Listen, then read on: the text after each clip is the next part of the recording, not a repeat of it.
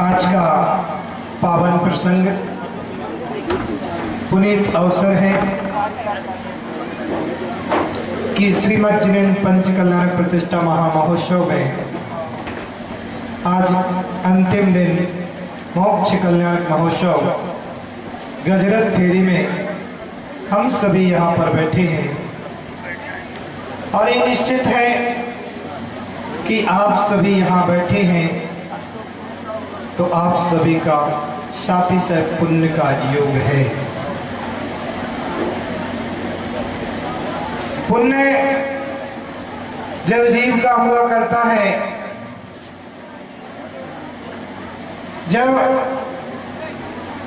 साथी से पुण्य योग होता है तभी उसका भाव जिनेन्द्र प्रभु की भक्ति में आराधना में उसके भाव बनते हैं।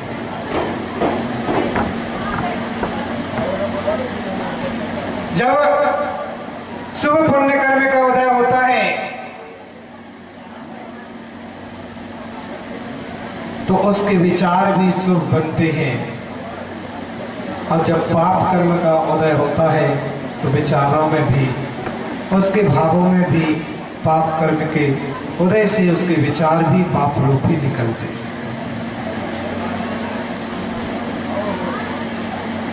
एक जीव वो है जो घर में बैठा बैठा विषय भोगों के काम में लगा है और एक वो जीव है जो इस गजरत फेरी में बैठ करके इस गजरत महोत्सव में इस आंखों से देख करके अपने जीवन को पुण्यमय बना रहे हैं। जीव दोनों हैं, एक भोगों में लगा हुआ है और एक भगवान की भक्ति में लगा हुआ है।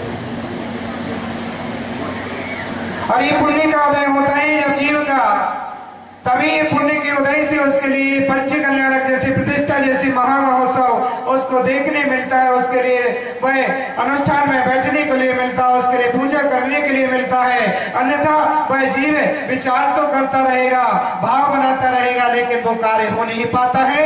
आज पुण्य का योग है जो यहाँ पर इतनी सारी जन सैलाब इस गजरत फेरी को देखने के लिए, इतनी गर्मी में भी लोग बाहर खड़े हुए हैं, बैठे हुए हैं और देख रहे हैं। भगवान जिनेन्द्र देव की महा अर्चना, एक पत्थर से भगवान बनने की एक प्रक्रिया यहाँ पर 7 दिन में पूरी की गई और वो संस्कार देकर के, वो संस्कार करके एक पत्थर के लिए भगवान का रूप बना दिया, भगवान बना दिया गया है।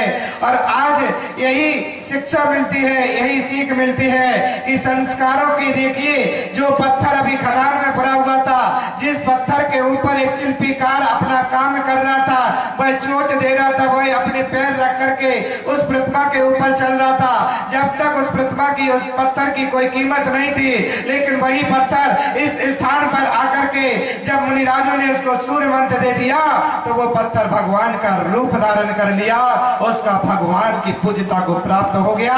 एक पत्थर पूजने लगा, एक पत्थर वह पूज्य बन गया। इस संस्कार जीव के पूर्व के हुआ करते हैं। उस पत्थर का भी पुण्य था कि जो एक खदान का पत्थर निकला हुआ है, पाषाण निकला हुआ है, वो किसी के घर में बाथरूम में जाकर के टाइल्स के रूप में लगा हुआ है, गंदगी स्थान पर लगा हुआ है, लेकिन उसी खदान से वो एक पत्थर निकला है जो 3 लोग के नाथ को बन करके विराजमान हो गया, भगवान का रूप धारण कर लिया, भगवान की वेदी में लगा हुआ है। वही पत्थर एक खदान से निकला, एक खदान से निकला पत्थर, लेकिन उस पत्थर का भी पुण्य था, योग था, और उस पुण्य के योग से उसके लिए वह पूज्यता को प्राप्त हो गया। महानुभाव, आज हम सभी इस संस्कारों में, इस भौतिकता के युग में, जहां पर प्रगति, विकृति और संस्कृति, प्रगति विकृति और संस्कृति में ये जीवन चल रहा है। प्रगति, अरे आप जो देख रहे हैं कि प्रगति है कि मौसम गर्म है, प्रगति है कि हमारे लिए इतनी मौसम गर्म होने में कंठ सूखने लगता, प्यास लगने लगती है, भोजन करने की इच्छा करती है, कितना भी आप पानी पी लें लेकिन फिर भी प्यास लगती है, ये प्रगति है। कितना भी खाना खाओ फिर भी भूख लगाती है। विकृति, इस मौसम में यदि आपने ज्यादा भोजन कर लिया और विकार रूप भोजन कर लिया तो आपके पेट में विकृति पैदा हो जाएगी, पेट गड़बड़ हो जाएगा। प्रगति, भूख लगना ये प्रगति है और भूख से ज्यादा खाना ये विकृति है। लेकिन ये हमारी संस्कृति भारतीय कहती है कि हम भोजन की थाली पर भोजन करने के लिए घर में बैठे हैं, भोजन करने के लिए सामने थाली रखी हुई है, लेकिन सामने से कोई व्यक्ति आ जाता है भूखा तो अपनी उस थाली में से एक रोटी उसको खिला देते हैं और एक रोटी अपन स्वयं खा लेते हैं। ये हमारी भारतीय संस्कृति है कि स्वयं भूखे रह करके दूसरे को भोजन करा दिया करते हैं। ये हमारी भारतीय संस्कृति का संस्कृति है, जिस संस्कृति में हमें संस्कार मिले हैं कि हम इस संस्कृति में वही राम की संस्कृति, वही महावीर की संस्कृति, जिस महावीर राम ने इस संसार में जन्म लेकर के इन चेतन आत्माओं के लिए धर्म का उपदेश दिया, और वह ऐसी संस्कृति में कि इस प्रगति में जन्म लेने के बाद भी उसने संस्कृति में जन्म लेकर के अपने संस्कारों को नहीं छोड़ा, अपनी संस्कृति को नहीं छोड़ा। आज हम इस संस्कृति को कुठाराघात करते चले जा रहे हैं और आज हमारी संस्कृति लुप्त होती चली जा रही है। हम वही महावीर के अनुयायी, वही राम के अनुयायी होकर के, लेकिन हम अपनी संस्कृति का संरक्षण नहीं कर पा रहे, हम अपनी संस्कृति को जयवंत नहीं रख पा रहे हैं। आने वाली हमारी युवा पीढ़ी, आने वाले हमारे बच्चे कैसे जानेंगे हमारी संस्कृति क्या है। लोग कहते हैं कि ये पंच कल्याण करके इतना सारा वैभव दिखा करके इतना द्रव्य खर्च करते हैं, जैन समाज इतना पैसा खर्च करती है, इससे क्या मिलता है। ये हमारी पुरानी संस्कृति कि भगवान कैसे बने, कैसे भगवान बनते हैं, वो भगवान यदि हम आज छोटे बच्चों के सामने ये सब करके प्रैक्टिकल करके नहीं दिखाएंगे तो उनको कैसे पता चलेगा कि तीर्थंकर क्या होते हैं, कैसे तीर्थंकर बनते हैं, और वही तीर्थंकर कैसे हुआ करते हैं। उनके लिए इस पंच कल्याण के माध्यम से दिखाया गया कि 5 दिन में कैसे भगवान ने पुरुषार्थ करके अपनी आत्मा को परमात्मा का सफर प्राप्त किया है। आज घर में देखते हैं, परिवार में देखते हैं कि आपको प्यास लगी और आपको पानी की जरूरत है, आपने बटन दबाया और गीजर लगा है, वह उसमें पानी चला गया, वह बिस्लरी की बोतल लेकर के आ गए, पानी पी लिया। माँ, जब तक आप पानी छानोगे नहीं तो ये छोटे छोटे बच्चे कहाँ से जानेंगे कि पानी कैसे छाना जाता है। हमारी संस्कृति ऐसे ही लुप्त हो जाएगी। और ये विज्ञान भी कहता है, वैज्ञानिक दृष्टि भी कहती है कि एक बूंद अनछने पानी में, एक बूंद अनछने पानी में 36,450 जीव होते हैं। और जैन दर्शन कहता है कि अनछने पानी में एक बूंद में असंख्यात जीव होते हैं, और जब तक आप इस पानी को छानोगे नहीं, जब आप उस छन्ने से पानी को छान रहे होंगे तो एक छोटा सा बच्चा आकर के प्रश्न करेगा कि माँ आप एक क्या कर रही हो, तो आप अपने बच्चे से कह सकते हो बेटा पानी को छान रही हूँ, पानी ऐसा छाना जाता है। ये हमारी संस्कृति, और इस संस्कृति को ऐसे ही जयवंत आपको रखना होगा कि वही संस्कृति हमारी, जिस संस्कृति में जैन सब पानी को छाना करते थे, अहिंसा धर्म का पालन किया करते थे। और जब तक अहिंसा धर्म का पालन नहीं करोगे, अहिंसा धर्म एक कोई वर्टिकल किसी जाति का नहीं है किया। इस देश को आजाद करवाया है गांधी जी ने। और जो संविधान की बुक बनी है उस संविधान की बुक के ऊपर सबसे पहले गांधी जी ने स्वयं लिखा कि यदि मुझे इस भारत देश में यदि आजादी मिली है और मैं भारत देश को आजाद करा पाया हूँ तो मात्र अहिंसा धर्म से आजाद करा पाया हूँ। कि यदि अहिंसा धर्म के माध्यम से इस भारत देश को आजाद करा पाया हूँ। भारत देश में हिंसा से आजादी नहीं मिलती। यदि मैं हिंसा से काम करता तो मैं एक को मारता तो सामने वाले 4 को मार के चले जाते। मैं एक का घात करता तो सामने वाले 50 मार के चले जाते। और वही औरंगजेब ने और वही अंग्रेज जब औरंगजेब का शासन आया तो उन्होंने जगह जगह मूर्तियों को खंडित किया। और एक मूर्ति खंडित करते थे तो भक्त लोग 50 मूर्ति बना करके रातों रात जहां जगह मिली वहां पर विराजमान कर दिया। 50 मूर्ति भक्त लोग बना करके रातों रात रख देते थे। जब अंग्रेजों का शासन आया उन्होंने देखा कि मूर्ति तोड़ने से कुछ मतलब नहीं निकल रहा है कि एक मूर्ति तोड़ो तो 50 मूर्ति बनी बनाई मिलती हैं। कहां तक लोगों को आस्थाएं कम होंगी भगवान के प्रति कि मूर्ति तोड़ने से कोई मतलब नहीं है।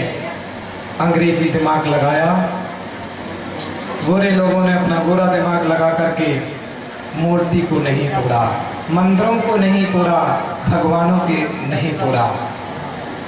और ना उन्होंने मंदिर तोड़ी ना उन्होंने मूर्तियां तोड़ी। उन्होंने अपना अंग्रेजी दिमाग लगा करके मात्र इस भारत देश में वही ऐसे ऐसे आधुनिक चीजें ला करके सामने रख दी। टेलीविजन, लैपटॉप, कंप्यूटर, मोबाइल, और इन सारी जनता के लिए उन सब ने ऐसा लुत्फ, ऐसा नशा पैदा करवा दिया कि आज की युवा पीढ़ी को मंदिर जाने का समय ही नहीं है। उनको भगवान के मंदिर जाने का समय नहीं मिलता है। पहले के लोग, पहले के बच्चे इन ग्राउंड में खेलते हुए दिखते थे, लेकिन आज तुम देखते कभी कहीं बच्चे खेलते हुए दिखते क्या? बच्चों की छुट्टी मिली तो उन्होंने मोबाइल में हाथ में मोबाइल लिया, गेम खेलना प्रारंभ कर दिया। चीजें आ गई हैं तो हमने अपनी पुरानी चीजों को बंद कर दिया है। अब वो बोलते हैं महाराज घर में तो मैंने वो आरओ, क्या बोलते उसको, आरओ लगा दिया महाराज, वहां से तो पानी शुद्ध आता है और पूरा छान करके आता है। अब तो जरूरत ही नहीं है पानी छानने की। सारे के सारे जीव तो तुमने आरओ में पहले ही मार दिए। वहां से शुद्ध पानी रहा? आरओ में तो सारे के सारे जीव वहीं मर गए और उसका साफ शुद्ध पानी आपको आ रहा है। पानी तो पीने अच्छा मिल रहा है, साफ मिल रहा है, शुद्ध मिल रहा है, लेकिन सारे कीड़े तो वहीं पर। अरे हमारी संस्कृति वो संस्कृति थी भारतीय संस्कृति में, जो संस्कृति में हमारे श्रावक एक छन्ना अपने हाथ में रखते थे और जब कहीं पानी की पीने की जरूरत होती थी तो अपने हाथ से पानी छान करके, एक माताएं घर में जब भोजन बनाती थी तो पानी छान करके भोजन बनाया करती थी। जब घर में रसोई घर में अंदर प्रवेश करती थी तो जूता चप्पल पहन करके नहीं जाती थी। घर में अंदर वह रसोई घर में पवित्र होकर के शुद्ध वस्त्र पहन करके रसोई घर में जाती थी। लेकिन आज सुबह से नींद खुली और सबसे पहले उस किचन में घुस गए और नाम ही किचन दे दिया। और किचन का नाम अपने आप में कहता है किच किच किच किच। जहां पर दिन रात किच किच किच किच होती है वो होती है किचन।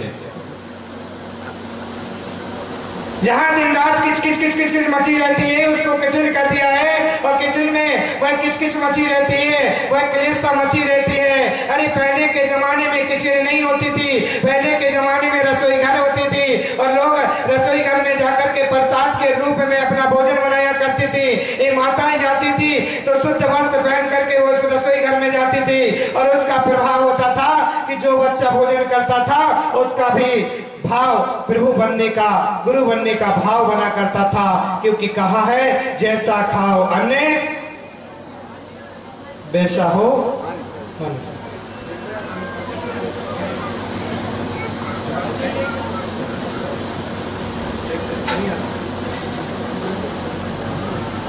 वह भारतीय संस्कृति, जैसा खाओ अन्न वैसा हो मन। आज हमारी संस्कृति में प्रगति, विकृति और संस्कृति। प्रगति ने अपन को भेजा है, प्रगति ने इतनी अच्छी अच्छी चीजें हमारे लिए दी हैं, खाने के लिए इतनी अच्छी अच्छी चीजें दी, लेकिन हमारा भाव विकृति की ओर जा रहा है। और विकृति की ओर जा रहा है कि दूसरे जीवों को मार मार करके उनकी कलेजे को, उनके मांस को भक्षण कर रहे हैं, अंडे को भक्षण कर रहे हैं, शराब पी रहे हैं, गंदी गंदी चीजें खाने के लिए लगे हैं। इसी कारण से हमारी संस्कृति भी लुप्त होती जा रही है और हमारे विचार भी लुप्त हो गए और हमारा परिवार की शांति भंग हो गई है। जब तुम दूसरे जीवों को सताओगे, दूसरे जीवों को मारोगे, दूसरे जीवों को वेदना दोगे, तो उन जीवों की तुम्हारे लिए बददुआएं लगेंगी, उन जीवों की तुम्हारे लिए बददुआएं लगेंगी, तो तुम्हारे परिवार में भी शांति नहीं हो सकती है, तुम्हारे घर में भी शांति का वातावरण नहीं हो सकता। क्योंकि जब दूसरे को सताओगे तो तुम्हारे लिए भी सताया जाएगा, तुम्हारे लिए भी वेदना होगी, तुम्हारे लिए भी परिवार में कष्ट होगा और शरीर के लिए भी कष्ट होगा, शरीर को भी वेदना होगी और पैसे की भी बर्बादी होगी। इसलिए मान्यवर, आज हम इस प्रगति के अनुरूप कार्य करने लगेंगे। आज इतनी गर्मी पड़ रही है कि इस मार्च के महीने में, अप्रैल के महीने में 45-46 का टेम्परेचर हो रहा है, जहां मई और जून में 45 का टेम्परेचर होता था, 44 का। ये सब हमारी प्रगति का उजाला होता चला जा रहा है, प्रगति को नष्ट कर दिया है, हमारे वृक्षों को नष्ट करते चले जा रहे हैं। और जब वृक्ष रहेंगे नहीं तो फिर वो ठंडक कैसे आएगी? जब वृक्षारोपण इस साल भर में 5 करोड़ वृक्ष नष्ट करते हैं तो आप 1 लाख वृक्ष लगाते हैं, क्या होगा? लोग लगाते भी हैं वृक्ष, तो 1 लाख वृक्ष लग रहे हैं, लेकिन 5 लाख वृक्ष नष्ट होते चले जा रहे हैं। इसी की भावना की प्रगति का खिलवाड़ होता जा रहा है और आप इस प्रगति के साथ खेल कर रहे हैं तो आपको वेदना होगी, आपके लिए परेशानी होगी। आज इस पंच कल्याण प्रतिष्ठा में आप सभी आए हैं, सारे ग्रामवासी, सारे नगर के लोग, इधर से उधर से चारों तरफ से जन सैलाब यहाँ पर इस गजरत महोत्सव को देखने के लिए आया है। लेकिन मानवर, मैं आपसे निवेदन, प्रार्थना, गुजारिश इतना करूंगा कि आपने ऐसे गजरत तो अनेक बार अपनी आंखों से देखा होगा, अनेक बार ऐसे पंच कल्याणक का भाव लिया होगा और ऐसे पंच कल्याणक में आप सम्मिलित हुए होंगे। लेकिन इससे श्रीनगर में आज यदि वीरेंद्र सागर जी महाराज के सानिध्य में बैठ करके आप पंच कल्याणक में सम्मिलित हुए तो एक नियम इस पंच कल्याणक से लेकर के जरूर जाना कि मैं जीवन में कभी मांसाहार का सेवन नहीं करूंगा, कभी शराब नहीं पीऊंगा। तो मुझे विश्वास है कि यहाँ पर बैठी जन सैलाब आज से 1 महीने बाद आप देखना अपने परिवार में, आपके परिवार में शांति, आपके परिवार में सुख, आपके परिवार में धन की वृद्धि और धन वैभव कैसा आएगा। जैसे ये बात उस मेघ कुमार के देवों को पता चला तो उसने भी एक बार छाया अभी से शांति दे दी। देख लो बाहर जाकर के, मेघ कुमार देव ने भी वह बद्दल को छाया कर दी कि यहाँ के भक्त लोग अहिंसा धर्म का प्रचार, अहिंसा धर्म का संकल्प ले रहे हैं। और संकल्प का एक बहुत बड़ा भाव हुआ करता है कि अभी 4 नहीं बजे और 4 बजे कितनी धूप थी, लोग पैर नहीं रख रहे थे, बाहर देखो कैसा बद्दल होता चला जा रहा है। जब इतने कहने मात्र से शांति आ रही है तो जिस दिन त्याग कर दोगे तो निश्चित आपके परिवार में शांति ही शांति आएगी। मान्यवर, आप यहाँ पर बैठे हैं गजरत फेरी में, भगवान तो एक पत्थर तो भगवान बन गया, वह पत्थर भगवान को प्राप्त कर गया, पूजा को प्राप्त हो गया, लेकिन आप यदि भगवान बनना चाहते हैं तो छोटा सा संकल्प जरूर इस पंचकल्याणक से लेकर के जाना। और कितने राम के भक्त, कितने महावीर के भक्त, कितने अहिंसा धर्म के प्रचारक, अहिंसा धर्म के अनुयायी बैठे हैं जो आज ये संकल्प लेंगे कि मैं अपने जीवन में न कभी शराब पीऊंगा, न कभी अंडे मछली खाऊंगा, न मांसाहार का सेवन करूंगा। कितने भक्त लोग ये संकल्प लेंगे आज इस पंचकल्याणक में? हाथ उठा करके दिखाइए जरा। मुझे विश्वास होगा कि ये पंचकल्याणक निश्चित आपके लिए सुख शांति समृद्धि को देगा। एक बार दोनों हाथ उठाइए। अगर जिनके हाथ नहीं उठ रहे वो करेंगे। हाँ, अभी पीछे वाले और बाहर खड़े उनके भी हाथ नहीं उठ रहे। मैं इधर से देख रहा हूँ, एलसीडी पे सब देख रहे हैं। बाहर के लोग भी हाथ उठा सकते हैं, संकल्प ले सकते हैं। एक बार जो फिर से हाथ उठाए, मैं मंत्र बोल रहा हूँ। ओम नमः सिद्धेभ्यः। बोलो। सारे भक्तों के लिए बहुत बहुत मेरा मंगल आशीर्वाद है। जिन जिन भक्तों ने नियम लिया है और जिन्होंने इस नियम का संकल्प को धारण किया है, उनके जीवन में सुख शांति समृद्धि हो। उनके जीवन में जिन्होंने नहीं लिया उनको भी भगवान ऐसी सद्बुद्धि दे कि उनके अंदर भी ऐसे विचार आए कि वो भी अहिंसा धर्म का प्रचार कर सकें, अहिंसा धर्म का यापन कर सकें और अपने जीवन को सुख शांति समृद्धि में अपने परिवार के लोगों को आज इस पंचकल्याणक प्रतिष्ठा महामहोत्सव में श्रीनगर में बहुत आनंद संपन्न यह 60 साल बाद यह कार्य किया गया, जिसमें सेठ परिवार, ऋषभ, अजित और राजेंद्र, सब परिवार के ऋषभ सेठ के लिए बहुत सारे परिवार के लिए मंगल आशीर्वाद है कि उन्होंने इस कार्य का आयोजन और शेषई समाज के सारे भक्तों ने मिलकर के उनका सहयोग दे करके, उनका साथ दे करके और आसपास के समाज ने पूरा साथ दे करके इस पंचकल्याणक को बहुत अच्छा संपन्न कराया। सब भक्तों के लिए बहुत बहुत मंगल आशीर्वाद है। और यहाँ पर जितने भी ग्रामवासी नगर के लोग आए हैं, सारे नगरों के लोगों के लिए मंगल आशीर्वाद है। सदैव निरंतर बढ़ती रहे, इस कामना के साथ मुनि श्री का सानिध्य आपको प्राप्त हो रहा है। आपको श्रीमंत सेठ की उपाधि से सम्मानित किया जा रहा है। तालियों की कर्तन ध्वनि से हम समस्त प्रांगण में उपस्थित महानुभाव आपका सम्मान करने जा रहे हैं।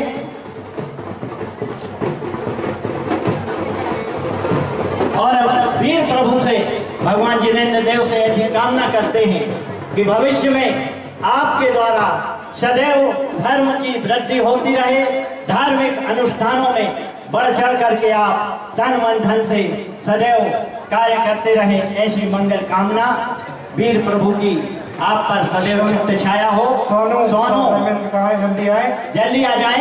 ये आपके परिवार का सम्मान है। रथ का संकेत है कि तैयारी हो गई हो तो श्री जी को यहाँ से ले चले, जल्दी से बाहर से संकेत है लोग। विशाल सौधर्मेंद्र शीघ्रता से मंच की ओर आ जाए।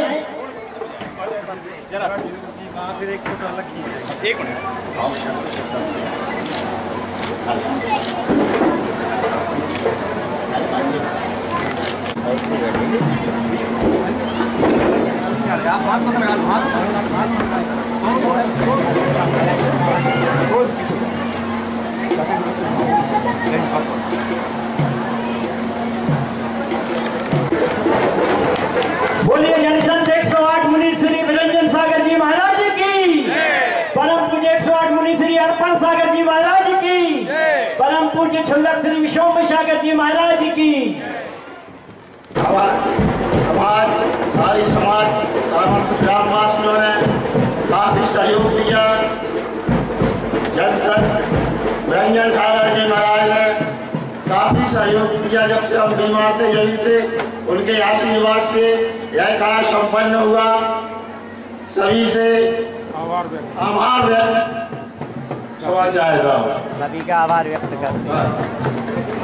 आप लोग सब भाव रखे हैं कि आप सबने जो यहाँ पर उपस्थित होकर के और समाज ने, शेषई समाज ने जो सहयोग दिया है, ग्रामवासियों ने और पूरी क्षेत्रीय समाज ने जो सहयोग दिया है, और मुनीश्री का आशीर्वाद आपके लिए जो मिला उसके लिए ये सब कृतज्ञ है। पूरा परिवार सबके लिए साधुवाद धन्यवाद देता है और ऐसे ही आगामी समय में आप सहयोगी देते रहे जिससे धार्मिक कार्यक्रम के अनुष्ठान कार्य करते रहे।